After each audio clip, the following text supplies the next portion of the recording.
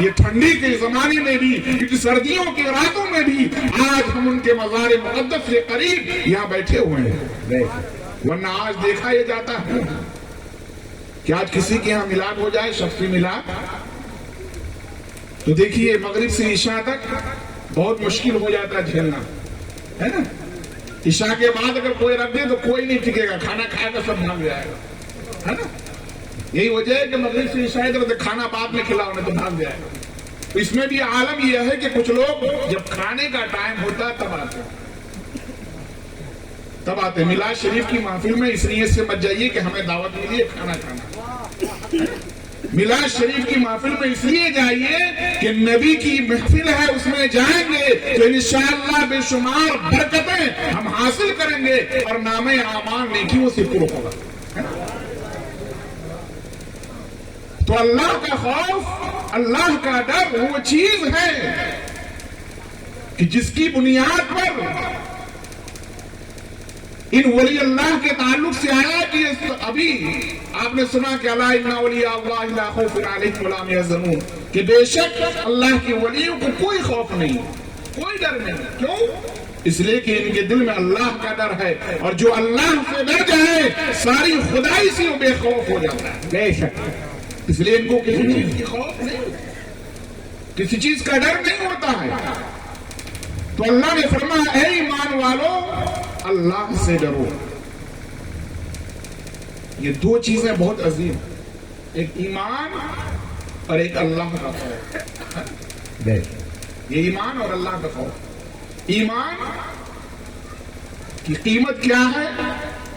ایمان کتنی بڑی دولت ہے یہ تو ہم اور آپ نہیں سمجھ رہے ہیں نا. لیکن پوچھو ذرا بلال حبشی سے کہ ایمان کتنی بڑی دولت ہے. پوچھو ذرا خبیب سے کہ ایمان کتنی بڑی دولت ہے.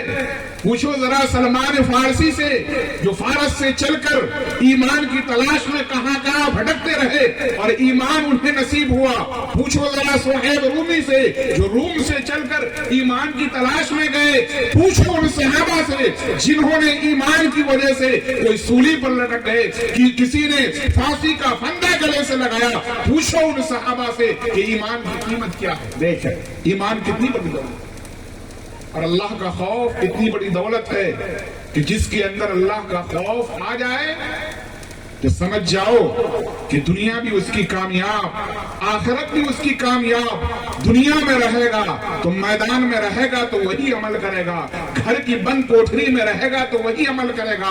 گویا کہ اللہ کا خوف وہ چیز ہے کہ جو تمام نیکیوں کا سر چشمہ ہے کہ جس کے اندر خوف الہی آ جائے وہ برائی کر نہیں سکتا. آج ہم اور آپ اتنے بے خوف ہو چکے ہیں، اتنے نڈر ہو چکے ہیں. اللہ کے خوف کو اس طرح ہم نے دل سے نکال دیا. دوسرے اعمال تو چھوڑیں، نماز جو اہم العبادت ہے اس سے بھی ہم بھاگتے ہوئے نظر آتے ہیں. مسجد میں اگر جمعہ کو پہنچ گئے تو دیکھیے انتظار کرتے ہیں کہ کب جلدی سے ٹائم ہو کہ ہم جائیں اور 2 رکعت پڑھیں کسی طریقے سے. اب چاہتے ہیں کہ جلدی سے امام صاحب دعا مانگے کہ ہم بھاگیں. یہ ہماری حالت ہو گئی. اللہ کا خوف نہیں، اللہ کا ڈر نہیں ہے. جبکہ ایک نمازی کے تعلق سے آیا کہ مسجد میں اگر ایک نمازی چلا جائے جب تک مسجد میں بیٹھا رہے گا اللہ کے مقرب فرشتے اس کے لیے مغفرت کی دعا کرتے ہیں. لیکن آج ہم لوگوں کا کیا عالم ہے، ذرا اس پر غور کرنے کی ضرورت ہے میرے دوستو. تو ایمان اور تقوی، یہ اللہ کا خوف، یہ دونوں چیزیں بڑی عظیم دولت ہے. اور ظاہر سی بات ہے جہاں دولت ہوتی ہے تو اس کو چورانے والا بھی ہوتا ہے، اس کا کوئی چورانے والا بھی ہوتا ہے. دولت ہے آپ کے پاس، کسی کو معلوم ہو گیا تو کوئی نہ کوئی ضرور آپ کے پیچھے لگ جائے گا کسی طرح میں اس کی دولت کو چورا لوں، ہے نا. دولت ہے، ایمان اور تقوی بڑی عظیم دولت ہے. جو ظاہر سی بات ہے اس کا بھی کوئی چور ہوگا. وہ چور کون ہے؟ شیطان. چور کون ہے؟ شیطان ہے. شیطان ہر وقت اس فیر میں لگا رہتا ہے کس طرح اس کے دل سے اللہ کا خوف نکال دیں، کیسے اس سے ایمان چھین لیں. ہر وقت فیر میں لگا ہوا رہتا ہے. تو اب ایمان اور تقوی دولت ہے اور اس کے پیچھے ایک چور ہے. اب اس دولت کو ہمیں بچانا ہے نا, ہمیں بچانا ہے. کیسے بچائیں گے؟ دولت آپ کے پاس ہو تو بچانے کے لیے تدبیر کرتے ہیں, بچانے کے لیے راستہ اختیار کرتے ہیں, بچانے کے لیے اسباب و آلات کرتے ہیں. ایمان اور تقوی دولت ہے, اس کے پیچھے چور ہے, تو اسے کیسے بچائیں گے؟ تو قرآن نے کہا ادھر ادھر بھٹکنے کی ضرورت نہیں ہے. اگر ایمان اور تقوی بچانا ہے وَكُونُوا مَعَ الصَّادِقِينَ, سچوں کے ساتھ ہو جاؤ, ایمان اور تقوی محفوظ ہو جائے گا. ایمان اور تقوی محفوظ ہو جائے گا سچوں کے ساتھ. یہی وجہ ہے نماز میں کیا دعا مانگتے ہم لوگ؟ اہدنا الصراط المستقیم, اے اللہ ہمیں سیدھے راستے پر چلا. کون سا سیدھا راستہ؟ صراط الذین انعمت علیہم, وہ سیدھا راستہ جس پر تو نے انعام فرمایا. اب کس پر انعام فرمایا ہے؟ تو دوسرے مقام پر قرآن میں آیا ہے. دوسرے مقام پر قرآن میں کہ انعم اللہ علیہم من النبیین والصدیقین والشہداء والصالحین, کہ اللہ کا انعام نبیوں کی جماعت پر ہے, اللہ کا انعام صدیقین کی جماعت پر ہے, اللہ کا انعام شہداء کی جماعت پر ہے, اللہ کا انعام صالحین یعنی بزرگان دین کی جماعت پر ہے. تو میرے دوست اور بزرگوں, پتا چلا کہ ایمان اور تقوی کو اگر بچانا ہے تو ان لوگوں کا راستہ اختیار کرنا پڑے گا جن پر اللہ کا انعام ہوا, جو سچے لوگ ہیں. نبیین کی جماعت ہے, صدیقین کی جماعت ہے, شہداء کی جماعت ہے, اور یہ بزرگان دین کی جماعت ہے. ان کی صحبت اختیار کرو گے ایمان اور تقوی بچ جائے گا. اسی لیے ضرورت ہے اولیاء اللہ. ایمان اور تقوی کو بچانے کے لیے ضرورت ہے کس کی؟ اولیاء اللہ کی, ہے نا. سچے لوگ. سچے لوگ کون ہیں؟ یہی اولیاء اللہ ہے نا. آج ایک اولیاء اللہ ہے, نبیوں کی جماعت تو نہیں آئی, آخری نبی آگے اب کوئی نبی نہیں, صدیقین کی جماعت نہیں, شہداء کی جماعت نہیں, اب یہ اولیاء اللہ کی جماعت جو ہمارے ایمان اور تقوی کی حفاظت کریں. اچھا دیکھیے, پیر کی بہت بڑی ضرورت ہوتی ہے. پیر کی ضرورت ہوتی ہے. بہت سے لوگ کہتے ہیں یہ پیر کیا ہوتا ہے؟ پیر کی کیا ضرورت ہے؟ ہم اللہ پر کو مانتے ہیں, نبی کو مانتے ہیں, اب یہ پیر کہاں سے آ گئے؟ ہے نا, یہ پیر کہاں سے؟ اگر پیر کو ماننے کا تو قرآن کہتا ہے وَكُونُوا مَعَ الصَّادِقِينَ, سچوں کے ساتھ ہو جاؤ. اور پیر کی ضرورت ہے. دیکھیے ہم اور آپ تو کس شما کدھر کے ہیں؟ ہم اور آپ کہیں کے نہیں. بڑے بڑے لوگوں کو پیر کی ضرورت پڑی, بڑے بڑے لوگوں کو. حضرت امام فخر الدین رازی رحمت اللہ علیہ بہت بڑے عالم ہیں, بہت بڑے اللہ کے ولی ہیں. اتنے بڑے عالم کہ انہوں نے عربی زبان میں قرآن کی تفسیر لکھی ہے. تفسیر کبیر کے نام سے ان کی کتاب مشہور و معروف ہے نا. عربی زبان میں قرآن کی تفسیر لکھی ہے, تفسیر کبیر کے نام سے. اتنے بڑے عالم, پوری زندگی انہوں نے مناظرہ کیا اللہ کے ایک ہونے پر.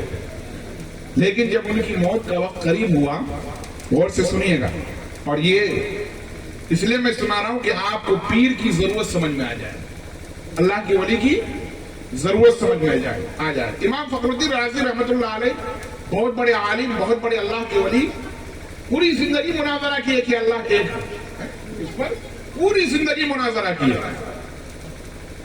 جب آپ کی موت کا وقت قریب ہوا تو شیطان آ گیا. آپ جانتے ہیں پوری زندگی لگا ہوا رہتا ہے شیطان ہمارے پیچھے کہ کس طرح ایمان اور تقوی کو چھین لیں. قرآن کریم میں ان الشیطان للانسان عدو مبین, بے شک شیطان انسان کا کھلم کھلا دشمن. لیکن جب موت کا وقت قریب ہوتا ہے تو اور وہ طاقت لگاتا ہے, اور طاقت لگاتا ہے شیطان کہ کیسے اس کی ایمان کو چھین لیں. کیوں؟ اس لیے کہ موت ہی کے وقت کے ایمان کا اعتبار ہے. موت کے وقت اگر ایمان کے ساتھ انسان دنیا سے گیا تو کامیاب ہو گیا, اور موت کے وقت اگر بے ایمان گیا تو ناکام ہو گیا. پوری زندگی عبادت و ریاضت کی, لیکن موت اگر ایمان پر نہیں تو ساری عبادت و ریاضت بیکار ہے. اس لیے اس وقت شیطان اور زور لگاتا تھا. امام فخر الدین رازی رحمت اللہ علیہ کی موت کا وقت قریب ہوا, شیطان آ گیا, کہا حضور آپ نے تو پوری زندگی بڑے مناظرے کیے، بڑے بڑے مناظرے کیے، کیا اللہ ایک ہے؟ ہاں اللہ ایک ہے۔ کہا اس پر دلیل؟ امام فخر الدین رازی نے دلیل پیش کی، لیکن شیطان ابلیس آپ جانتے ہیں کسی جاہل کا نام ہے؟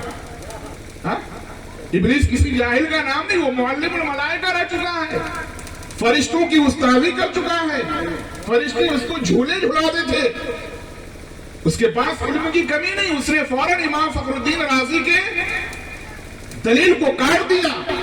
امام فخر الدین رازی نے دوسری دلیل پیش کیا، تیسری دلیل پیش کیا، اس طرح سے 360 دلیلیں پیش کی اللہ کے ایک ہونے پر۔ کتنی دلیل؟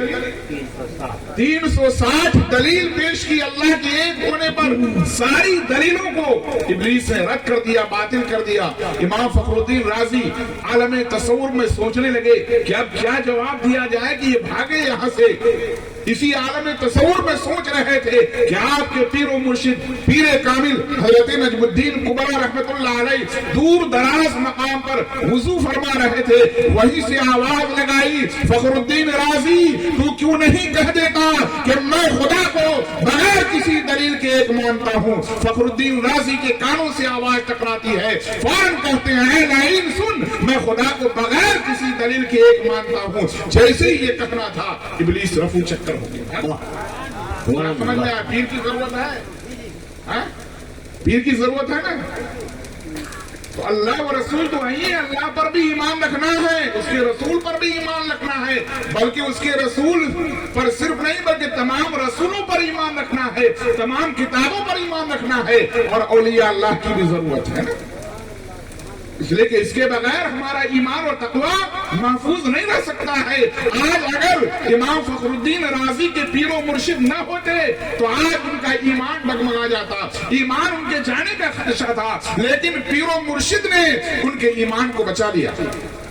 اس لیے میں کہتا ہوں کہ پیر کی ضرورت ہے، پیر کی ضرورت ہے، اور یہاں بھی ہے، اور قیامت کے دن یہاں بھی ہے، اور قیامت کے دن بھی پیر کی ضرورت پڑے گی۔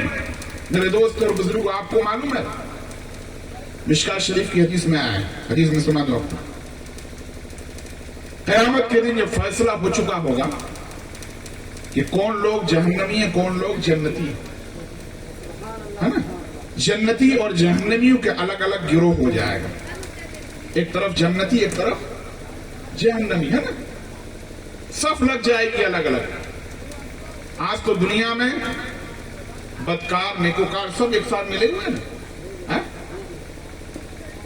سب ایک ساتھ ملے ہوئے ہیں، یہاں کوئی امتیاز نہیں، کوئی فرق نہیں ہے، لیکن بروز قیامت اللہ فرق کر دے گا، ممتاز کر دے گا، جنتی ادھر ہیں جہنمی ادھر ہیں، فرق کر دے گا۔ قرآن کریم میں وَامْتَازُوا الْيَوْمَ أَيُّهَا الْمُجْرِمُونَ، اے مجرموں آج تم الگ ہو جاؤ، جنتیوں کے صف میں گھسے مت رہو، الگ ہو جاؤ، نیکوکار کے صف میں مت رہو، الگ کھڑے ہو، اس لیے کہ آج فیصلے کا دن ہے، آج یہ ظاہر ہو جانا ہے کون اچھا ہے کون برا ہے، اس لیے آج ایک ساتھ کھڑے نہیں ہو سکتے ہو، فیصلہ ہو چکا ہوگا، جہنمی ایک طرف جنتی ایک طرف۔ اتنے میں ایک شخص جو جہنمیوں کے صف میں کھڑا ہوگا، اس کی نظر پڑ جائے گی ایک شخص پر جو جنتیوں کے صف میں کھڑا ہوگا، وہاں سے نکلے گا، دوڑ کے آئے گا اور دامن کو پکڑ لے گا اور کہے گا اما تعرفونی انا الذی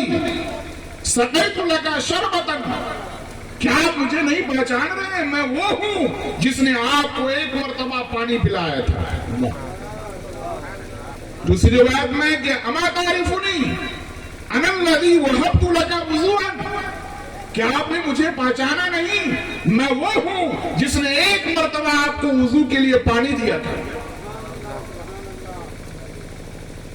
آج آپ اکیلے چلے جائیں گے،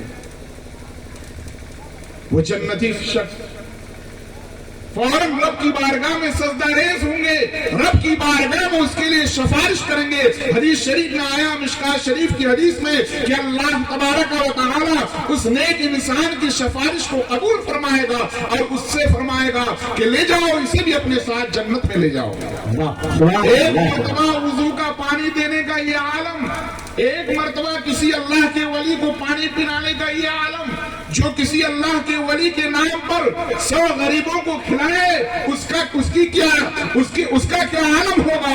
جو کوئی ایک اللہ کے ولی کے نام پر مسکینوں کی مدد کرے اس کی حالت کیا ہوگی؟ میرے دوستو یاد رکھو، بزرگان دین کے ساتھ جتنی محبت ہوگی، جتنی عقیدت ہوگی، اگر ایک انسان نے اگر ایک مرتبہ کسی اللہ کے ولی کو، کسی سچے عالم دین کو وضو کے لیے پانی بھی دیا ہوگا، اس کی وجہ سے اس کی سفارش ہو جائے گی۔ سبحان اللہ، بے شک۔ یہ اولیاء اللہ ہے، اور اولیاء اللہ کی وجہ سے انسان کو فائدہ ملے گا۔ اللہ کی ولی کی وجہ سے انسان کو فائدہ ملے گا۔ ارے ہم لوگوں کا گناہ اتنا بڑا نہیں ہے جتنا بڑا گناہ اس 99 قاتل کے بارے میں ہے کہ 99 آدمی کا قاتل تھا۔ یہ کوئی واقعہ نہیں ہے، حدیث شریف میں ہے، مسلم شریف کی حدیث میں اس کا ذکر ہے۔ بنی اسرائیل کے 99 قاتلوں کا واقعہ آپ نے سنا ہے؟ جو بنی اسرائیل میں اللہ کے نبی نے فرمایا، حدیث شریف مسلم شریف کی حدیث میں واقعہ ہے کہ بنی اسرائیل میں ایک قاتل تھا جو 99 آدمی کا قاتل تھا۔ کتنے آدمی کا؟ 99 آدمی کا قاتل تھا۔ بہت بڑا گنہگار نہ ہوا، ایک آدمی کا قاتل ہو جائے تو بہت بڑا گناہ ہے نا۔ قرآن پاک میں جس نے کسی شخص کو جان بوجھ کر بلا وجہ اگر قتل کر دیا اس کی سزا کیا ہے؟ جہنم۔ اس کی سزا جہنم ہے۔ بلا وجہ کسی کو قتل کر دیا جان بوجھ کے، اس کی سزا جہنم ہے۔ اس نے 99 آدمی کو قتل کر دیا۔ آپ سوچے کتنا بڑا گنہگار۔ قتل کے بعد اس کے دل میں ایک دن ارادہ ہوا کہ میں تو بہت بڑا گنہگار ہوں، میں 99 آدمی کا قاتل ہوں، مجھے رب کی بارگاہ میں توبہ کرنی چاہیے، ہو سکتا ہے کہ میرا رب مجھے معاف کر دے۔ چنانچہ وہ چونکہ بنی اسرائیل کا تھا، وہ اپنے ایک عالم کے پاس پہنچا، ایک راہب کے پاس پہنچا۔ ایسا نہیں کہ آج ہمارے ہی زمانے میں، ابھی مولانا توصیف صاحب کہہ رہے تھے کہ عالم کا لبادہ اوڑھے جاہل، ایسا نہیں کہ آج یہ ہمارے ہی زمانے میں، بنی اسرائیل میں بھی ایسا ہی تھا۔ ہر شخص راہب اور پادری بنا ہوا تھا، ہے نا، غلط فتوے نکالتا تھا، غلط علم پھیلاتا تھا۔ ایسا نہیں کہ صرف ہم ہی لوگوں میں ایسا، بلکہ ایک سے ایک سرکش تھا، وہ ایک سے ایک سرکش۔ تبھی تو منو سلوا اس کو مل رہا تھا، پکا پکایا کھانا۔ تو اب یہ نہیں چاہیے، دال چاہیے تو مسور چاہیے، چنا چاہیے، کھیرا چاہیے، ککڑی چاہیے، مانگ کر دیا۔ تو ایسے سرکش لوگ بتائیے نا، ہم سے بھی بڑھ کے سرکش تھے۔ ہم کو اگر مل جائے تو کہیں گے چھوڑو ٹھیک ہے، سعودی نہیں جانا پڑے گا، دبئی نہیں جانا پڑے گا، کم سے کم بیٹھے بیٹھے کھانا تو ملے گا۔ لیکن بنی اسرائیل وہ قوم جو اتنی سرکش کہ انہیں مل رہا تھا تو وہ مانگ بیٹھے کہ نہیں، یہ سب نہیں چاہیے ہم کو، وہی مسور دال پیاز ہے نا، قرآن میں اس کا ذکر ہے، ہاں یہی چیز چاہیے۔ آج دیکھیے اسی مسور دال کے لیے ہم لوگ پریشان ہے نا۔ آج جو ہے دال جو ہے کی قیمت اتنی بڑھا دی گئی کہ آج ہم اسی کے لیے پریشان، وہی تمنا کر دی تو بند ہو گیا، نتیجہ نکلا۔ تو سرکش ہر زمانے میں رہی۔ تو بنی اسرائیل کے 99 آدمی کا قاتل ایک راہب کے پاس پہنچا جو جاہل تھا، راہب نہیں تھا، کیا تھا؟ راہب بنی اسرائیل کے علماء کو کہتے ہیں، راہب بنی اسرائیل کے علماء کو کیا کہتے ہیں؟ راہب۔ تو وہ راہب حقیقت میں نہیں تھا، وہ تھا جاہل، لیکن راہب کا لبادہ اوڑھے ہوئے تھا۔ وہ بنی اسرائیل کے 99 آدمی کا قاتل، وہ پہنچا اور کہا، اے راہب صاحب کیا ہماری توبہ قبول ہو سکتی ہے؟ میں 99 آدمی کا قاتل۔ فوراً غصے سے بھڑک اٹھا، کہا مردود لعین، تو 99 آدمی کا قاتل اب بھی توبہ کی امید رکھتا ہے؟ تیری توبہ قبول ہونے والی نہیں ہے۔ جب اس نے سنا اسے بھی طیش آیا، کہا جب میری توبہ قبول نہیں ہوگی، میرے گناہ معاف نہیں ہوں گے تو یہ آدھا ادھورا کیوں؟ تمہارا بھی سر تمام کر دیتا کہ 100 مکمل ہو جائے۔ فوراً تلوار نکالی اور اس کو اڑا دیا۔ اڑانا ہی چاہیے تھا، اس لیے اس نے غلط بتا دیا، اڑانا ہی چاہیے تھا۔ آج بھی جو غلط بتائے، غلط کرے، عالم کا لبادہ اوڑھے تو اس کا پردہ فاش ہونا چاہیے نا، پردہ فاش ہونا چاہیے۔ غلط بتا دیا اس نے تو قتل کر دیا، اب 100 آدمی کا قاتل ہو گیا۔ زندگی گزرتی رہی، پھر ایک دن دل میں خیال آیا، حدیث کا مفہوم میں سنا رہا ہوں، دل میں خیال آیا کہ چلو کسی اور کے پاس پوچھتے ہیں، کہیں ہو سکتا ہو کہ میری توبہ اللہ کی بارگاہ میں قبول ہو جائے، اللہ میرے گناہ کو معاف کر دے۔ چنانچہ اس مرتبہ پہنچا تو ایک پکے راہب کے پاس پہنچا جو جانکار تھا، اس کے پاس گیا اور کہا کہ میں 100 آدمی کا قاتل ہوں، کیا میری توبہ قبول ہو سکتی ہے؟ کیا میری توبہ قبول ہو سکتی ہے؟ تو انہوں نے کہا کہ ارے 100 آدمی کا کیا، اللہ تو اتنا بڑا غفور ہے، اتنا بڑا بخشنے والا ہے کہ اگر تو ہزاروں لاکھوں آدمی کا قتل کر لے، اس کے بعد رب کی بارگاہ میں سچی توبہ کر لے تو رب معاف کر دے گا، لیکن اس کی معافی کے لیے تمہیں فلاں بستی کی طرف جانا ہے، اس لیے کہ اس بستی میں کچھ اللہ والے لوگ ہیں، کچھ نیک لوگ ہیں، ان کے سامنے جا کر ان کے ہاتھ میں ہاتھ رکھ کر انہیں گواہ بنا کر توبہ کرو تو اللہ ان کے وسیلے سے تمہاری توبہ کو قبول کرے۔ سبحان اللہ سبحان۔ کیا پتا چلا وسیلہ کی ضرورت ہے نا؟ بہت سے لوگ کہتے ہیں یہ وسیلہ کہاں ہے؟ قرآن کی آیت پیش کرو، یا ایھا الذین آمنوا اتقوا اللہ وابتغوا الیہ الوسیلہ، اے ایمان والو اللہ سے ڈرو اور وسیلہ تلاش کرو، تو کہتے ہیں وسیلہ سے مراد یا قرآن ہے، نماز ہے، انہیں تعویلات کو تعویلات۔ ارے قرآن جب یہ کہہ رہا ہے وسیلہ، تو تم وسیلہ کو خاص قرآن اور نماز کے لیے کیوں کہہ رہے ہو؟ وسیلہ میں جتنے آئیں گے سب ہوگا، قرآن بھی ہوگا، نماز بھی ہوگا، علماء بھی ہوں گے، صلحاء بھی ہوں گے، انبیاء بھی ہوں گے، متقین بھی ہوں گے، نیک لوگ بھی ہوں گے، سب وسیلے میں آئیں گے، صرف قرآن اور نماز نہیں ہوگا۔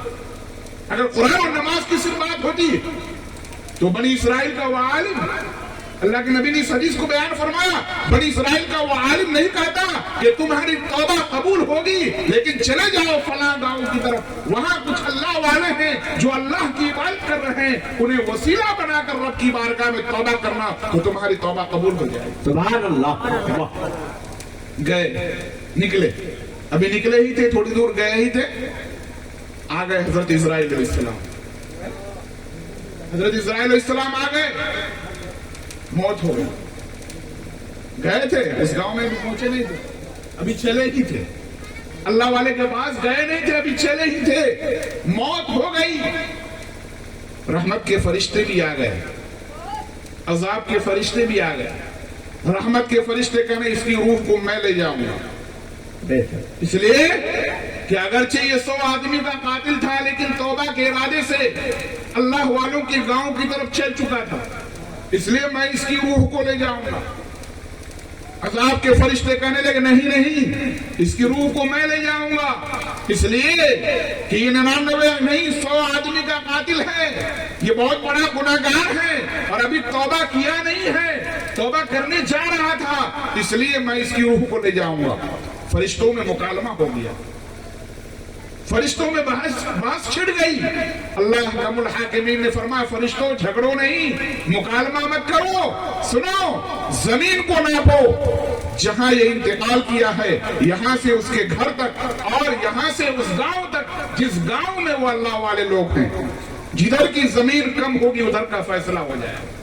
ادھر اللہ نے فرشتوں کو زمین ناپنے کا حکم دیا، ادھر اللہ نے زمین کو حکم دیا اے زمین کا وہ ٹکڑا، وہ حصہ جو بزرگوں کے گاؤں کی طرف ہو سمٹ جاؤ۔ زمین کا وہ حصہ سمٹ گیا۔ دیکھیے اللہ بہانہ تلاشتا ہے، اللہ بخشنے کے لیے بہانہ تلاشتا ہے، تبھی تو اللہ نے پورے رمضان آپ عبادت کریں نہ کریں ایک رات ایسی دے دیا کہ اس رات کو عبادت کر لیں 1000 سال کی عبادت کا ثواب ہے۔ یہ بہانہ نہ کیا ہے، لیکن نماز 5 ٹائم پڑھنا ہے تبھی نہ ملے گا نوافل کا ثواب۔ فرائض پڑھیں، فرائض ادا کریں گے تبھی نوافل، لیکن ہم لوگ کیا کرتے ہیں شب برات آ کے تو نفل پر نفل، 100 رکعت نفل پڑھ لیے، شب قدر 50 رکعت نفل، لا حاصل کیا ہے؟ لا حاصل ہے۔ اس کا فائدہ اس وقت ملے گا جب فرض اور واجبات کی تکمیل ہوگی، اس بات کو دھیان میں رکھیے۔ پوری زندگی نماز پڑھتے نہیں اور رمضان آیا تو شروع، رمضان میں یہ اور بات ہے عبادتوں کا ثواب بڑھ جاتا ہے، لیکن اس کا یہ مطلب نہیں کہ پچھلے سب معاف ہو گئے، معاف نہیں ہوگا جب تک ادا نہیں کریں گے، یہ اللہ کا حق ہے۔ فرائض کو جب تک آپ ادا نہیں کریں گے، اس کی قضا مکمل نہیں کریں گے، معاف نہیں ہوگا۔ ہاں قضا کا جو گناہ ہے یہ معاف ہو سکتا ہے، ان کو ادا کرنے کے بعد اللہ کی بارگاہ میں توبہ کریں گے